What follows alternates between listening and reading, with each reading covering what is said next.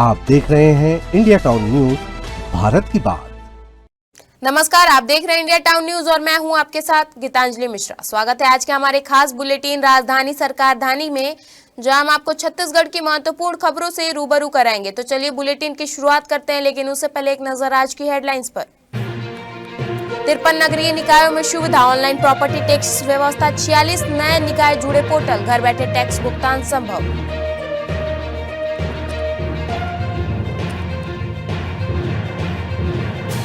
दो साल पुराने मामले में कांग्रेस नेता की गिरफ्तारी, जमानत याचिका खारिज, कोर्ट रायपुर जेल भेजे गए।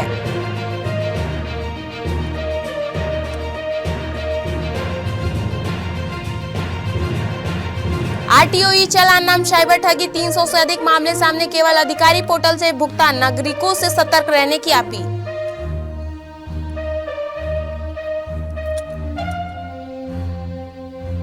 छत्तीसगढ़ में विशेष गहन पुनरीक्षण, 27 लाख मतदाताओं के नाम कटे, महिलाओं के नाम सबसे ज्यादा हटे, शादी और गलत फॉर्म प्रमुख वजह।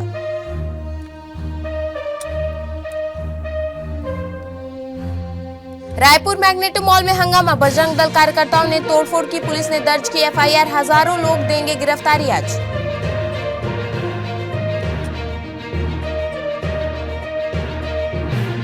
चलिए खबरों की शुरुआत करते हैं राजधानी से। छत्तीसगढ़ के शहरी नागरिकों के लिए एक बड़ी सुविधा की शुरुआत हुई है। नगरीय प्रशासन एवं विकास विभाग ने प्रदेश के 53 नगरीय निकायों में ऑनलाइन प्रॉपर्टी टैक्स जमा करने की सुविधा शुरू कर दी है। अब लोगों को टैक्स भरने के लिए नगर निगम और नगर पालिका के दफ्तरों के चक्कर नहीं लगाने पड़ेंगे। आपको बता दें कि सरकार ने 46 नए नगरीय निकायों को जीआईएस आधारित प्रॉपर्टी टैक्स लाइव पोर्टल से जोड़ दिए हैं। यह पहल डिजिटल छत्तीसगढ़ की दिशा में एक अहम कदम मानी जा रही है। कांग्रेस के वरिष्ठ नेता और शहर जिला कांग्रेस कमेटी अध्यक्ष पद के प्रबल दावेदार विनोद तिवारी को न्यायालय के आदेश पर जेल भेज दिया गया है। बुधवार को वे 2 साल पुराने एक राजनीतिक मामले में जमानत की मांग को लेकर रायपुर न्यायालय पहुंचे थे, लेकिन सुनवाई के बाद कोर्ट ने उन्हें न्यायिक अभिरक्षा के भेजने को आदेश दे दिया है। बताया जा रहा है कि यह मामला एक राजनीतिक प्रदर्शन से जुड़ा है, जिसमें कानूनी व्यवस्था भंग करने और प्रशासनिक आदेशों की अवहेलना के आरोप लगाए गए थे। पूरे मामले पर कांग्रेस ने सवाल खड़े करते हुए इसे राजनीतिक बदले की कार्रवाई बताई है। कांग्रेस नेता विनोद तिवारी को बुधवार को रायपुर न्यायालय ने जेल भेज दिया। विनोद तिवारी 2 वर्ष पुराने एक राजनीतिक मामले में दर्ज गैर जमानती धाराओं के तहत जमानत के लिए अदालत पहुंचे थे। सुनवाई के दौरान कोर्ट ने उनकी जमानत याचिका पर विचार करने के बाद उन्हें न्यायिक हिरासत से भेजने का आदेश दिया। इसके बाद पुलिस ने उन्हें हिरासत में लेकर केंद्रीय जेल रायपुर भेज दिया। यह मामला 2 साल पहले हुए एक राजनीतिक प्रदर्शन से जुड़ा बताया जा रहा है, जहां प्रशासन आदेशों के अवहेलना और कानूनी व्यवस्था बिगाड़ने के आरोप लगाए गए थे। छत्तीसगढ़ में साइबर ठगी का खतरा बढ़ता जा रहा है। आरटीओ ई चालान के नाम पर लोग फर्जी वेबसाइट और मैसेज के जाल में फंस रहे हैं। पिछले 6 महीने में प्रदेश भर में लगभग 300 से अधिक साइबर ठगी के मामले दर्ज किए गए हैं। परिवहन विभाग ने नागरिकों से सतर्क रहने और केवल आधिकारिक पोर्टल से ई चालान भुगतान करने की अपील की है। जानकारी के अनुसार लिंक खोलते ही यूजर की व्यक्तिगत जानकारी, ओटीपी और बैंक डिटेल ठगों के हाथ लग जाती है। कुछ मामलों में फर्जी एपिक फाइल डाउनलोड करने को भी कहा जाता है, जो मोबाइल की सुरक्षा को नुकसान पहुंचाती है। परिवहन विभाग ने स्पष्ट किया है कि ई चालान की जानकारी और भुगतान केवल आधिकारिक पोर्टल के माध्यम से ही करना चाहिए। अतिरिक्त परिवहन आयुक्त डी रविशंकर ने नागरिकों से अपील की है कि किसी भी अज्ञात लिंक या ऐप से ऑनलाइन भुगतान न करें। छत्तीसगढ़ में विशेष गहन पुनरीक्षण के पहले चरण का काम पूरा हो गया है। राज्य की प्रारंभिक मतदाता सूची से 27 लाख वोटर्स के नाम हटा दिए गए हैं, जिनमें सबसे ज्यादा संख्या महिलाओं की है। नाम कटने की वजहों में शादी, गलत जानकारी और शिफ्टिंग प्रमुख है। छत्तीसगढ़ में विशेष गहन पुनरीक्षण के पहले चरण में 27 लाख मतदाताओं के नाम हटाए गए हैं। इनमें से 19 लाख नाम गलत जानकारी या गलत एंट्री की वजह से हटाए गए हैं, जबकि महिलाओं के नाम सबसे ज्यादा 12 लाख नाम हटाए गए हैं। नाम कटने की वजह शादी और पता बदलना बताया जा रहा है। इसके अलावा मतदाताओं के एसआईआर फॉर्म में त्रुटियां और बीएलओ की लापरवाही का कारण से भी नाम हटे हुए हैं। कुछ मामलों में एक ही प्रमाण के आधार पर 2 मतदाताओं के नाम जुड़ गए थे। छत्तीसगढ़ बंदी के दौरान रायपुर मैग्नेटो मॉल में हंगामा। पुलिस ने इस मामले में आरोपियों के खिलाफ बलवा की धारा में एफआईआर दर्ज की और करीब दर्जन भर कार्यकर्ता और पदाधिकारियों को हिरासत में लिया है। बजरंग दल ने इस कार्रवाई का विरोध किया है और हजारों कार्यकर्ता आज सिविल लाइन थाने अपनी गिरफ्तारी देने पहुंच सकते हैं। पुलिस ने आरोपियों के खिलाफ बीएनएस की धारा के तहत केस दर्ज किया है। पुलिस का कहना है कि मामले की जांच जारी है और आगे सख्त कार्रवाई की जाएगी। इससे पहले बंद के दौरान रायपुर में बजरंग दल के कार्यकर्ताओं ने ब्लिंकिट ऑफिस में भी हमला किया था। मैग्नेटो मॉल में हुई तोड़फोड़ के बाद अंबुजा मॉल को भी खाली कराना पड़ा और पुलिस की मौजूदगी में लोगों को सुरक्षित बाहर निकाला गया। रायपुर के पुलिस ने जनता से अपील की है कि वे सुरक्षा निर्देशों का पालन करें और किसी भी असामाजिक गतिविधि की सूचना तुरंत दें। वक्त हो चुका है एक छोटे से ब्रेक का। बने रहिए इंडिया टाउन न्यूज के साथ। कभी कभी चेहरे का छुपा दर्द दुनिया नहीं देख पाती है। दाग, मुहासे, झाइयां सब आपके आत्मविश्वास को कम कर देता है, पर अब नहीं, क्योंकि Rukhsana glow and fair face pack जो दे आपकी स्किन को वो प्यार जो सिर्फ प्रकृति दे सकती है। हर लेयर को साफ करे, हर दाग को करे हल्का और आपकी मुस्कान फिर से लौटाए। Because you deserve to glow naturally. Rukhsana herbal beauty product Amazon, Meesho और फ्लिपकार्ट में भी उपलब्ध। अमीन मोटर्स उड़ान ई रिक्शा छत्तीसगढ़ का नंबर 1 ई रिक्शा शोरूम, जहां आपको सभी प्रकार के ई रिक्शा के वैरायटीज उपलब्ध मिलेंगे। हमारा ई रिक्शा काफी मजबूत है और ये सालों साल चलता है, तो आज ही घर ले आइए आरटीओ इंश्योरेंस के साथ। हमारा पता है आमीन मोटर्स, प्यारेलाल चौक, जीई रोड, न्यायालय के पास, राजनांदगांव। 9827174038 7724047008।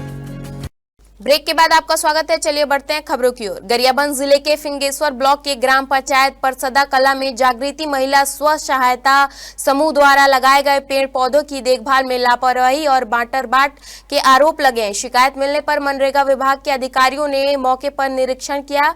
कई ट्री गार्ड टूटे हुए और कुछ पौधे गायब मिले।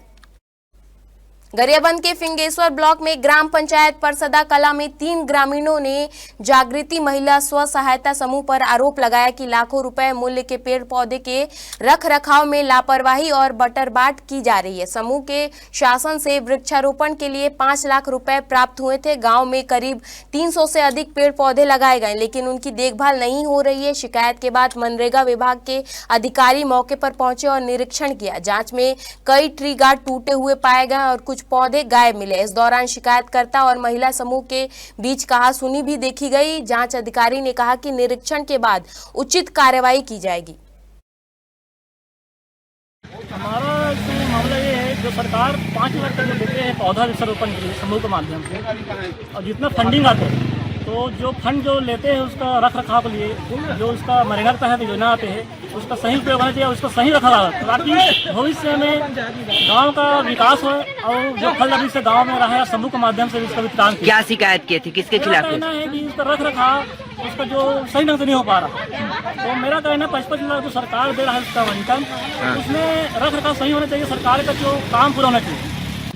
हमारे समूह के द्वारा 270 पौधे लगाए हैं, उसमें से 8-10 मृत हो गए होंगे। हम मानते हैं अपनी गलती, पर बाकी तो हम लोग जैसे हमसे जानकारी मिल रही वैसे हम लोग भैया अगर समय पर पानी नहीं डालते तो पौधा बचते क्या? नहीं बचते। हम लोग सुविधा भी नहीं है यहाँ कहीं हम लोग यहाँ सराह से बाल्टी में पानी लेकर हम डाल रहे पूरा 10 सदस्य।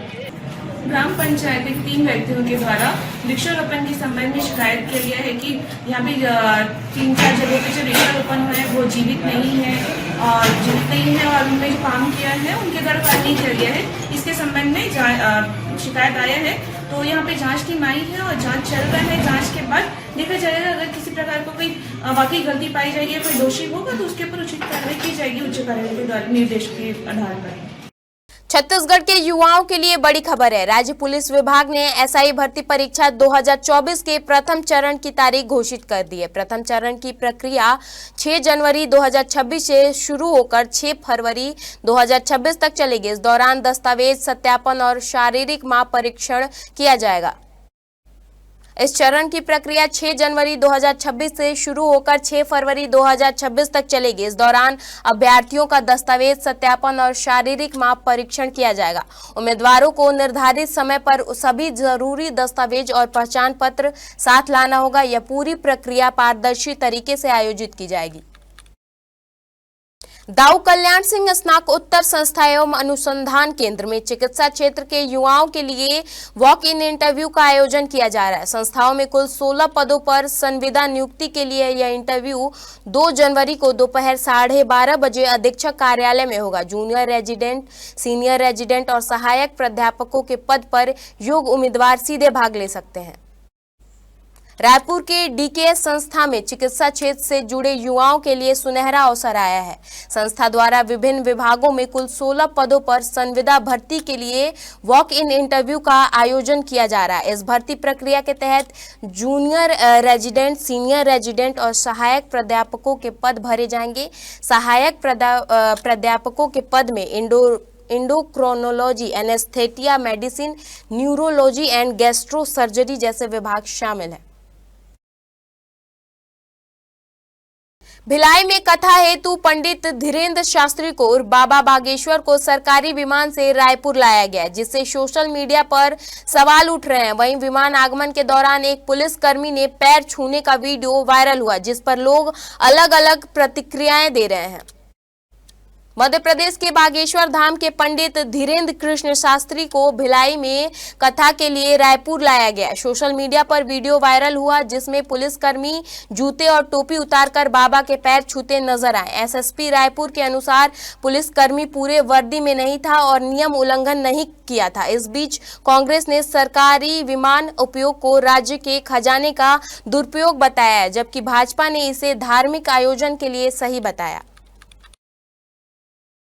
छत्तीसगढ़ में ठंड का असर धीरे धीरे बढ़ रहा है और कुछ इलाकों में शीतलहर का अलर्ट जारी कर दिया गया है। राजधानी रायपुर में तापमान 11 से 12 डिग्री सेल्सियस तक गिर चुका है और आने वाले दिनों में ठंड और बढ़ने की संभावनाएं हैं। मौसम विभाग ने लोगों से सावधानी और आवश्यक एहतियात बरतने की अपील की है। उत्तर और मध्य छत्तीसगढ़ के कई जिलों में शीतलहर के साथ सुबह के समय कोहरा छाए रहने की संभावनाएं हैं। मौसम विभाग ने रायपुर, गौरेला, पेंड्रा, मरवाही, कोरिया, मनेन्द्रगढ़, चिरमिरी, भरतपुर, कोरबा, सूरजपुर, सरगुजा, जशपुर और बलरामपुर जिलों में कोहरे और ठंड के असर की चेतावनी दी है। राजधानी रायपुर में अगले 2 दिनों तक अधिकतम तापमान लगभग 28 डिग्री और न्यूनतम तापमान 12 डिग्री सेल्सियस के आसपास रहने का अनुमान है।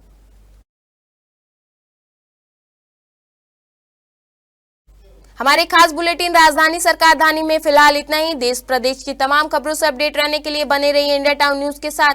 भारत की बात। नमस्कार। आप देख रहे हैं इंडिया टाउन न्यूज, भारत की बात।